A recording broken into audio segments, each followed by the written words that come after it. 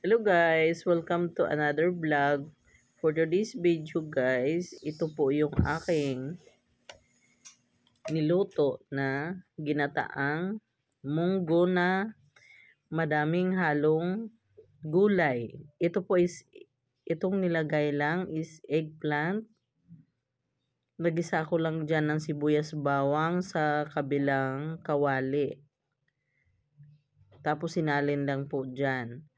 May eggplant, may bagyo pichay at naglagay pa rin. Gusto ni Mister na may konting anghang. So naglagay ng siling green, 2 peraso.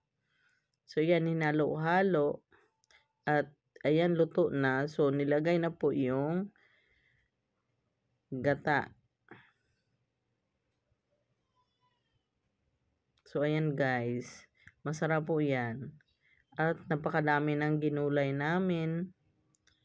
Matagal po naubos yan. Nilagay lang po namin sa refrigerator at ininit-init namin. So, ayan. Naglagay din po ako ng tanglad dyan at saka basil. Yung pampabango ng niluto. So, ayan. Hinalo-halo ko. Nilagyan ko po pala ng asin at saka seasoning. So, ayan. Tikiman time.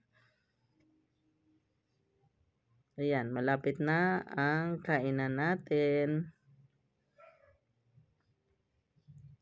So, nagdagdag po ulit ako ng asin po niyan kasi matabang pa po. So, hinalo-halo ko lang po para mahalong mabuti.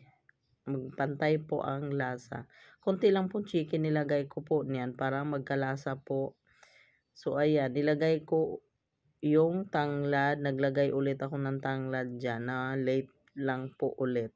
Kasi maliit lang po yung nilagay ng una. Thank you for watching.